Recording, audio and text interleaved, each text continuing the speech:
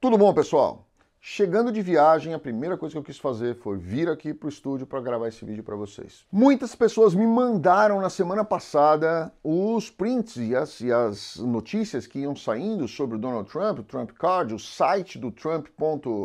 Golden Trump. Eu trouxe o site para vocês, eu inclusive fiz a minha inscrição ali porque eu quero notícias sobre essa questão. É verdade isso. Vamos ter finalmente aqui o Gold Card, onde a gente vai poder fazer 5 milhões de dólares de investimento nos Estados Unidos e ganhar um caminho para a cidadania. Na verdade, o que eles estão falando é um path to citizenship, não um caminho para um green card, seria acima de um EB5. É isso mesmo. Vamos lá, eu trouxe aqui as questões legais, explicando para vocês como funciona a regulamentação, como vai funcionar, o que vai acontecer, o que é verdade, o que não é verdade, e vocês vão chegar no final do vídeo com a conclusão de vocês. Vamos lá. Então, o que aconteceu? Semana passada, acho que foi quinta-feira da semana passada, Trump publicou que o Gold Card de 5 milhões de dólares seria um caminho para a cidadania para as pessoas mais ricas, né? Logo após assumir a presidência dos Estados Unidos, o presidente Donald Trump anunciou nos primeiros meses, foi logo em fevereiro ali, que ele começou a falar sobre essas questões de 2025, a oferta do novo caminho para a cidadania americana, chamado Gold Card. O secretário de Tesouro, no mês passado, se eu não me engano, o mês retrasado, ele inclusive deu uma entrevista dizendo que ele já tinha vendido 1.000 Gold Cards para pessoas em uma única semana. Prestem atenção nesses números, tá? E que ele já tinha também uma grande lista de pessoas interessadas em pagar esses 5 milhões para ter o benefício. Com essa notícia, muitas dúvidas surgiram. Qual é essa regulamentação, como vai ser, o que vai acontecer, onde vai ser depositado, qual vai ser o direcionamento desse dinheiro, como essas pessoas vão fazer a solicitação para isso, como elas vão adquirir essa cidadania direta, né? Como isso vai acontecer. Antes de qualquer explicação, precisamos entender que a criação deste novo caminho para a cidadania surgiu com um decreto presidencial. Se ele surgiu com um decreto presidencial ou se foi criada uma nova lei com regras e diretrizes específicas. Esse é o ponto principal para as pessoas entenderem isso, tá? Então vamos lá. Nós pesquisamos aqui no banco de dados da Casa Branca, aqui está o link para vocês que querem pesquisar isso aí por vocês mesmos. Aqui é onde existem as ordens executivas do presidente. Todas as ordens executivas. Nós entramos lá, não existe absolutamente nada falando sobre Gold Card. Então quer dizer, se não está lá, aonde poderia estar? No House, tá? Por quê? Primeiro iria para o House, depois iria para o Senado. Esqueci de colocar em azul aqui, mas iria para o House, depois para o Senado. Então, nós pesquisamos. Na Casa Branca, na House e no Senado, nada foi encontrado em nenhum lugar, nem mesmo uma proposta de uma lei para ser examinada. Ou seja, já no começo do vídeo a gente começa a ver. Isso não existe, tá? É mídia, pirotecnia, fogos de artifício, para chamar a atenção. De quê? Só Deus sabe e o Donald Trump sabe. Mas não existe absolutamente nada real hoje que sequer tenha uma proposta sobre isso aqui. Então vamos entender como a lei determina que as coisas funcionem. Vamos entender o que a lei fala. Fala, olha, ok, se quer ter uma proposta nesse sentido, como é que ela vai funcionar? O presidente dos Estados Unidos pode criar uma lei de imigração por ato ou vontade própria. Ou seja, o Donald Trump pode chegar hoje, assinar uma ordem presidencial, criando um novo visto, um novo caminho para a cidadania direto, sem passar por um green card, ou mesmo passando por um green card. Ele tem essa autoridade, ele pode fazer esse tipo de coisa? Nos Estados Unidos, embora o presidente tenha uma influência significativa sobre a política de imigração, ele não pode criar unilateralmente um benefício de imigração utilizando o seu nome ou rosto, que é o Gold Card, tá? Ele não pode criar, ele não pode usar o seu nome e ele não pode usar o seu rosto. Essas três coisas estão no Gold Card. Ou seja, aquilo ali é um retângulo com um nome dourado do Donald Trump. Ou seja, ele não pode fazer nenhum dos três. Ele não pode nem criar a lei sozinho, nem colocar o nome dele e nem colocar o rosto dele. Ou seja, por aí, só por você ver aquilo, você já vê que ali é algo para chamar a atenção. A realidade é essa, tá? O presidente pode propor mudanças, emitir ordens executivas ou defender a legislação, mas a criação de novos benefícios de imigração deve sempre envolver o processo mais abrangente, exigindo a aprovação do Congresso. Então ele não poderia criar, mesmo que ele quisesse, sozinho. Ações que o presidente pode tomar para, de repente, fazer alguma coisa relacionada à imigração. Ordens executivas. O presidente pode emitir ordens executivas para direcionar como as leis de imigração existentes são aplicadas, que é o que ele está fazendo hoje. Ele está direcionando como o ICE vai agir, ele está direcionando aonde o ICE vai agir, contra quem o ICE vai agir, qual a forma de ação do ICE. Tudo isso tem sido feito e regulamentado através dessas ordens executivas, que é a atribuição dele, ele pode, deve e tem que fazer isso. No entanto, essas são limitadas ao escopo e podem ser contestadas nos tribunais, que é o que tem acontecido, como tem acontecido inclusive pelo governador da Califórnia. Defesas e propostas. O presidente pode trabalhar com o Congresso para propor novas leis, ou seja, ele pode trabalhar com o Congresso para criar o Gold Card, ele pode, tá? Mas ele criar por si só, ele não pode. Visando criar ou alterar benefícios de imigração. Mudanças administrativas. Através do Departamento, como de Segurança Interna, o presidente pode influenciar nas políticas e procedimentos de imigração, que é o que ele está fazendo hoje. Porque não podem usar seu nome ou rosto nos benefícios imigratórios. Essa questão aqui é extremamente controversa, tá? Eu discordo disso. Apesar da lei dizer isso aqui, nós já temos outros antecedentes que são contrários a isso, como, por exemplo, o Obamacare, né? Nitidamente, um presidente criou um benefício, não é imigratório, mas é um benefício público, que tem o nome dele, né? E se tornou extremamente popular por causa disso. E ele, obviamente, criou uma grande simpatia do povo por causa disso, né? Então, assim, isso aqui a gente sabe que isso aqui não funciona bem assim, mas eu vou dizer para vocês como a lei funciona, tá? Quer dizer que ela é aplicada desse jeito? Não. Primeiro, limitações legais. A legislação dos Estados Unidos e a Constituição estabelecem limites sobre como os benefícios de imigração podem ser criados ou modificados. Isso inclui a utilização do nome do presidente, ou seja, ele não pode criar uma lei de vou criar hoje um indulto Donald Trump. Não pode fazer isso, tá? Mas outros benefícios a gente vê, como por exemplo o caso do plano de saúde, que o Obamacare existe, né? Então, eu acho que o que pode para um, pode para outro também. Então esse argumento aqui seria muito fraco se alguém dissesse, não, nós vamos criar um Trump Gold Card e ele vai se chamar Trump Gold Card, tá? Eu acho que teria um argumento muito fraco aí para dizer, não pode porque não pode, os costumes. Não, nós temos o Obamacare e temos outros também, tá? Sistema de pesos e contrapesos. O sistema do governo dos Estados Unidos envolve pesos e contrapesos para evitar que qualquer ramo tenha poder excessivo, incluindo a presidência. Estruturas legais que regulamentam as políticas de imigração. Primeiro, vamos lá, a gente precisa entender como funciona essa regulamentação da imigração nos Estados Unidos e por que tem que passar pelo Congresso. Constituição dos Estados Unidos. Primeiro, separação dos poderes. Isso funciona muito claramente aqui nos Estados Unidos. Às vezes é contestado, às vezes é exagerado, mas funciona muito bem aqui, tá? Estabelece um sistema de pesos e contrapesos entre os ramos do legislativo, executivo e judiciário, impedindo que qualquer ramo, incluindo a presidência, tenha poder excessivo. Artigo 1º, seção 8, dá exclusivamente ao Congresso o poder de estabelecer uma regra uniforme de naturalização, que significa mudanças significativas na lei de imigração. Sempre exigem uma ação legislativa, ou seja, a Constituição determina que qualquer benefício, qualquer alteração da lei, qualquer concessão de lei de imigração, obrigatoriamente tem que passar pelo Congresso. Ponto final, certo? Lei de imigração, INA. Quem assiste meus vídeos sabe que eu trago demais aqui INA, mostro para vocês, essa aqui é a lei que decide tudo que imigração pode, não pode, vistos, quem quer e quem não quer. É dela que a gente está falando aqui, tá?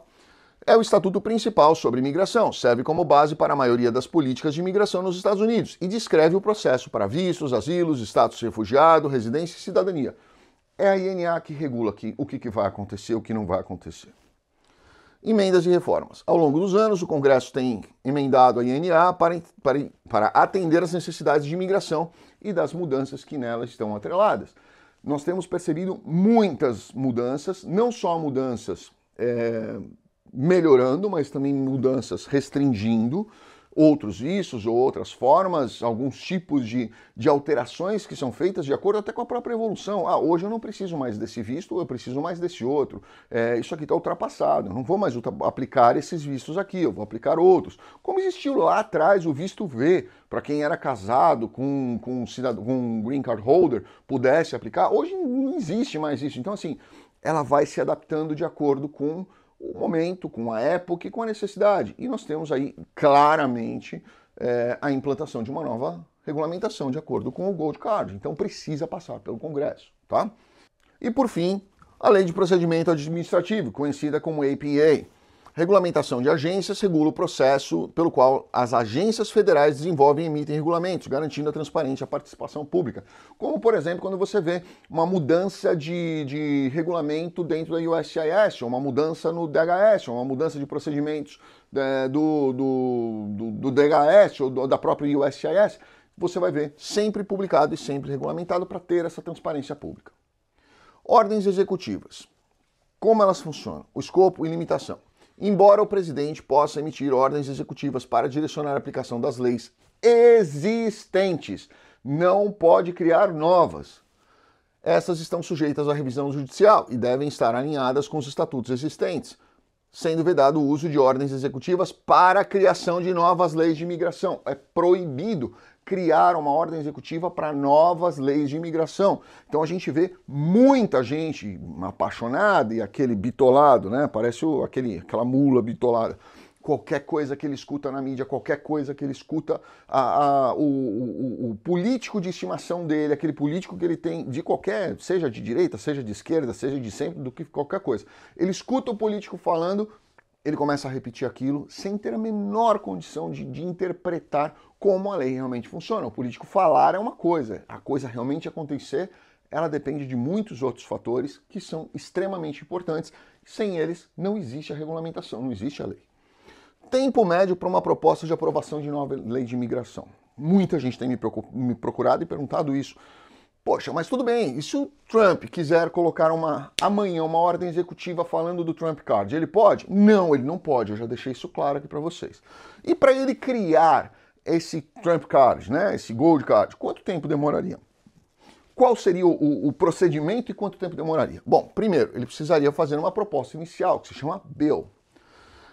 Essa bill, ela pode ter uma variação de tempo, que pode levar de meses até mesmo anos para um projeto de lei de imigração ser elaborado, introduzido, aprovado ou negado, dependendo da complexidade do apoio político. Ou seja, ele escreve a proposta, manda para o Congresso, vai para a House vota, eu vou explicar aqui para vocês até o quórum, vai para o Senado volta para o presidente assinar. Processo legislativo.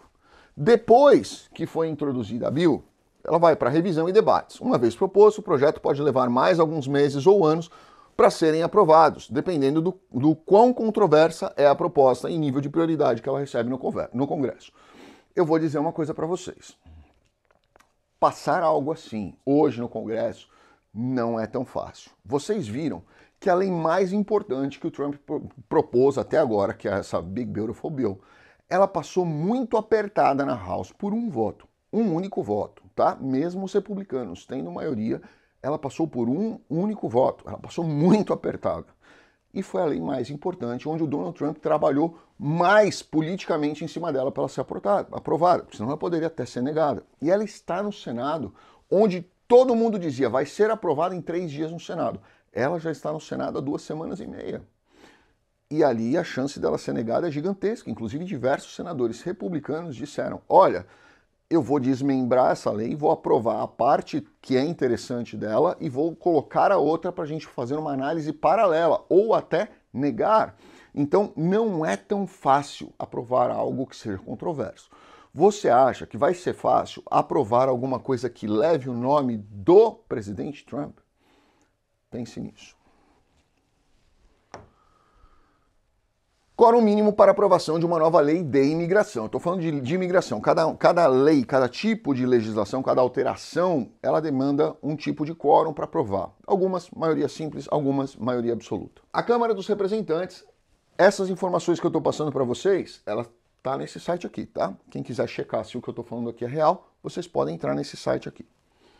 O quórum para conduzir negócios, a Câmara exige presença de uma maioria simples dos membros, 218 de 435, para aprovar um projeto de lei. Também é necessária uma maioria simples para votos dos presentes, tá? Então, nesse tipo de aprovação, ela precisaria isso.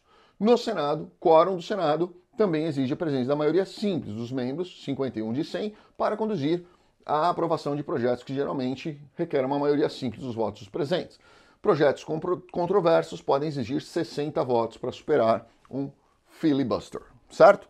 Então, este caso específico precisaria da maioria na Câmara e no Congresso, e no Senado, certo? Depois, se passou pela Câmara, se passou pelo Senado, vai para o presidente e o presidente sanciona e publica para que ela tenha os seus efeitos legais. E aí vamos falar agora, já entendemos como funciona a lei, já entendemos quais são os requisitos, agora vamos falar do que aconteceu no dia 12 de junho, tá? Semana passada agora. No dia 12, Donald Trump, no dia dos namorados, Donald Trump e sua equipe divulgaram o site trumpcard.gov. Ele quis, obviamente, falar para você, olha, se você quer dar uma aliança de casamento para sua esposa, não dê. Entre no trumpcard.gov, assine ali, coloque o seu nome, da onde que você está aplicando sozinho ou em família, e o seu e-mail. Só isso, tá? Mais nada.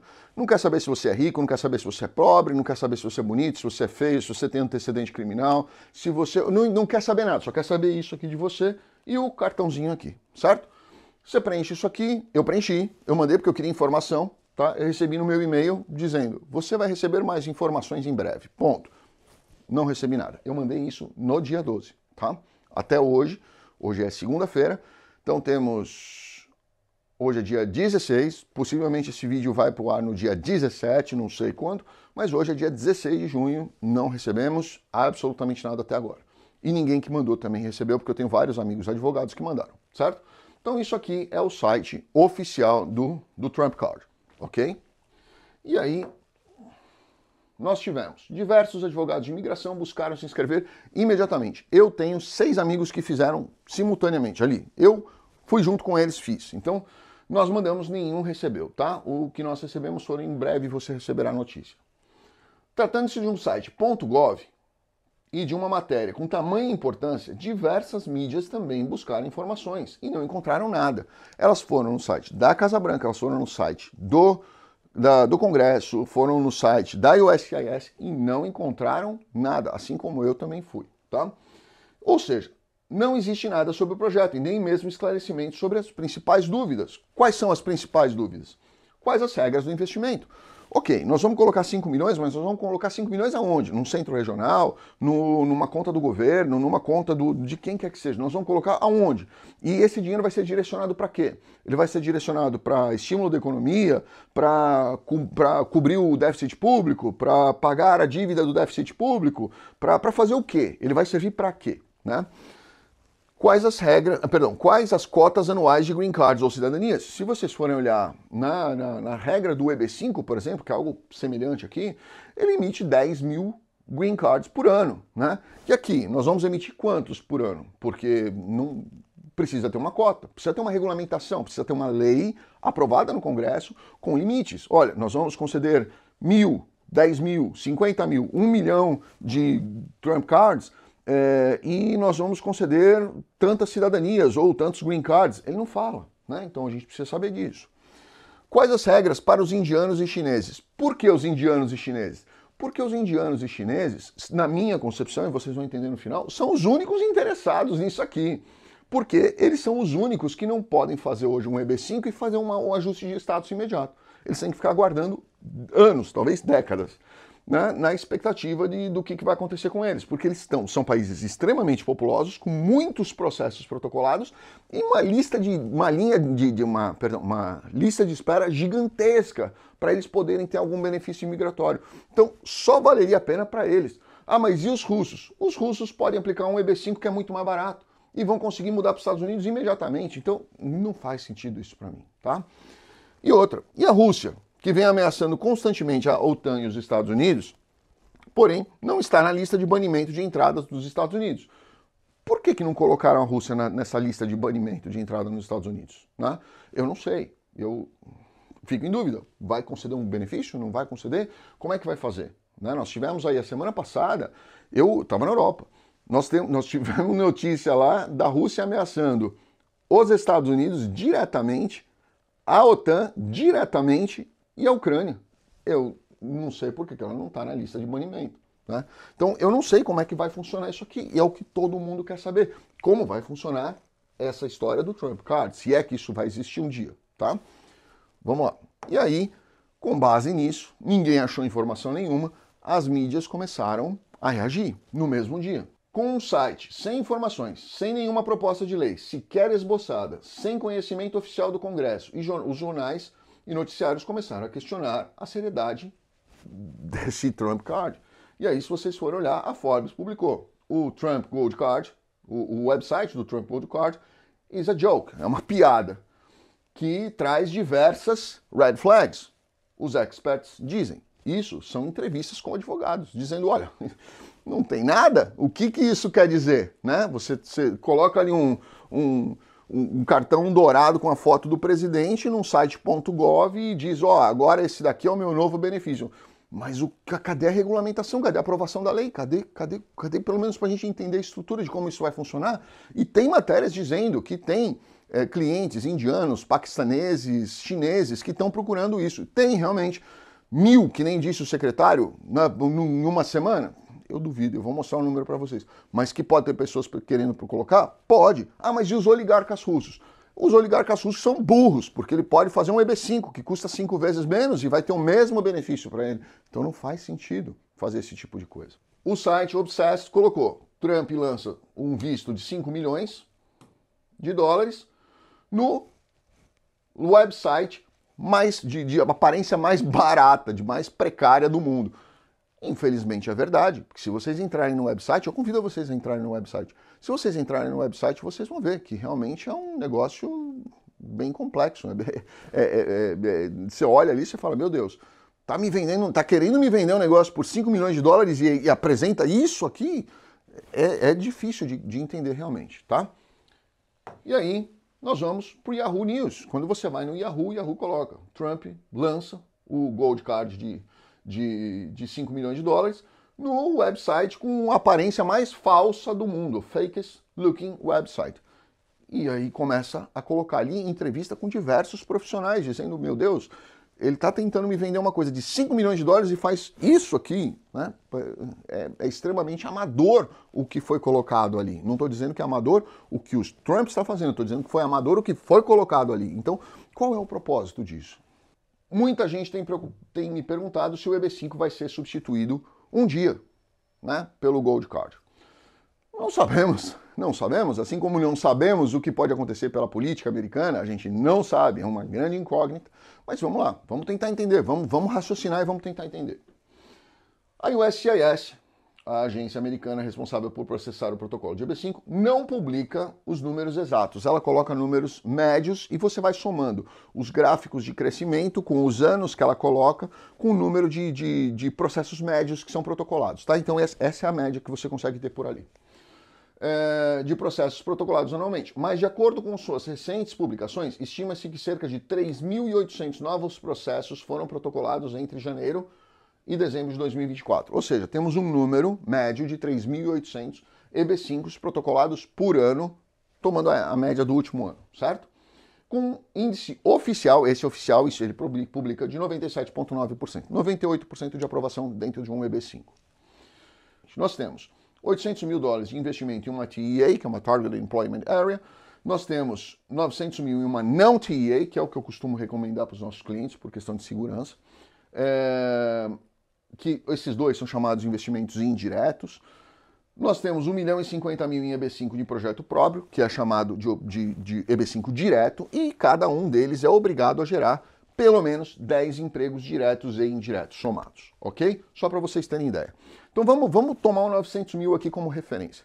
Você faz um investimento de 900 mil, você, sua família, cônjuge, filhos menores de 21 anos, solteiros e não emancipados, podem vir legalmente para os Estados Unidos, pedir imediatamente o ajuste de status, tá? Protocolou o processo hoje, pode pedir o ajuste de status hoje também, certo?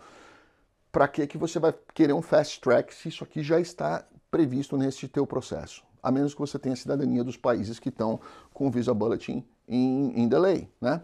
Que China, Paquistão, Índia, enfim. O Brasil não faz parte disso, tá?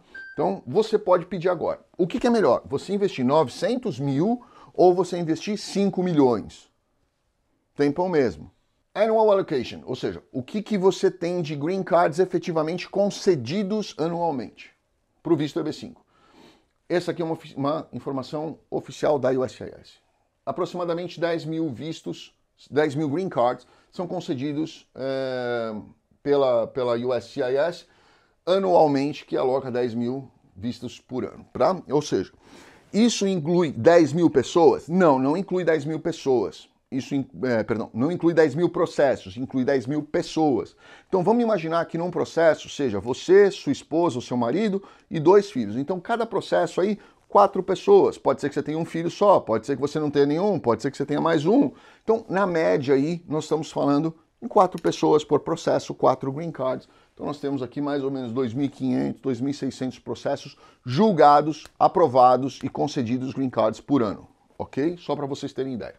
Então, média de 2 mil processos aprovados por ano. Aqui a média da USCIS foi de 5 pessoas, né? Então, por processo eu fiz de 4 pessoas, mas a média da USCIS é 5. Então, ela coloca aqui 2 mil processos aprovados por ano, correspondendo a um investimento total de 2 bilhões de dólares liberados. Ou seja, só desses que tiveram aprovados são 2 bilhões. Mas se nós formos contar uma média de 3.600 processos que são protocolados por ano, nós temos 3 bilhões 240 milhões de dólares de investimento na economia todo ano, com juros baixíssimos para quem toma esse dinheiro emprestado para os centros regionais e com desenvolvimento altíssimo, tá? Então, quer dizer, é interessante tirar esse dinheiro da economia? Não é, tá? E nós estamos falando por ano. Um projeto desse demora de 5 a 7 anos, ou seja, então em cada prazo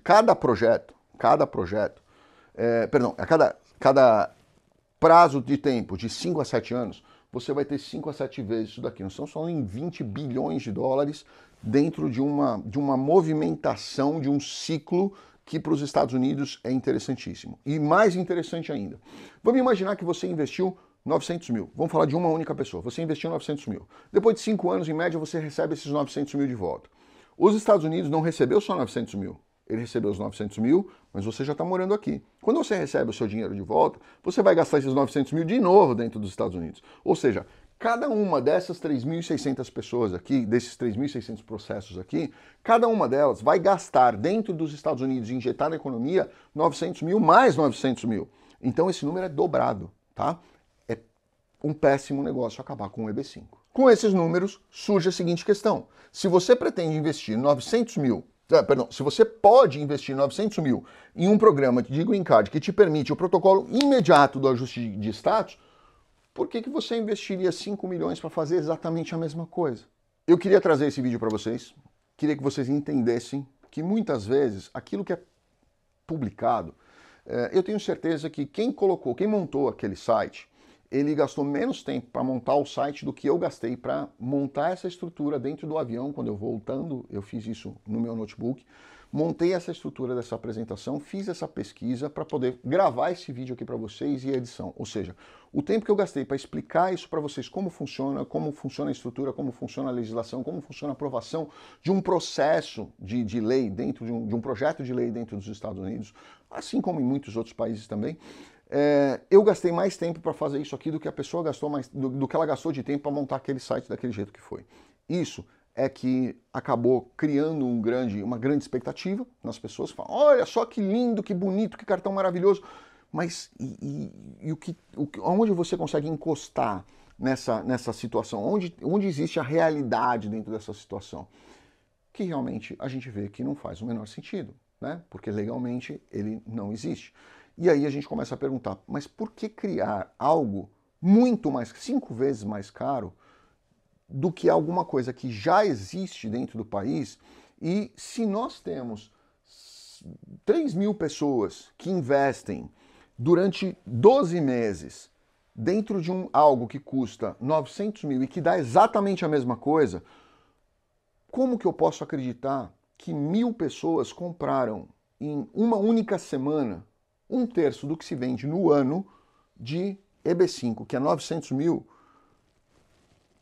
Como que eu vou acreditar que se vendeu 1.000 em uma semana de algo que custa 5 milhões? Vamos começar a parar, pensar, entender, raciocinar, tentar entender como as coisas funcionam, porque às vezes a política ela é complexa, né? Às vezes o político ele quer, ele tem um problema que é muito sério, mas ele não quer que as pessoas fiquem olhando para aquele problema, porque aquilo ali incomoda ele. Então ele cria uma outra coisa, rapidinho, vamos postar um negócio desse aqui, que as pessoas vão tirar o foco daqui, e aí a gente vai tentando resolver esse outro lado do lado de cá.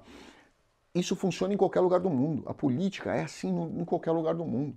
Né? E esse é o grande problema das pessoas. Elas se emocionam, elas tomam aquilo como verdade e elas começam a mover a vida delas com base em algo que a gente sabe que está longe de se concretizar, se é que vai se concretizar. Ok?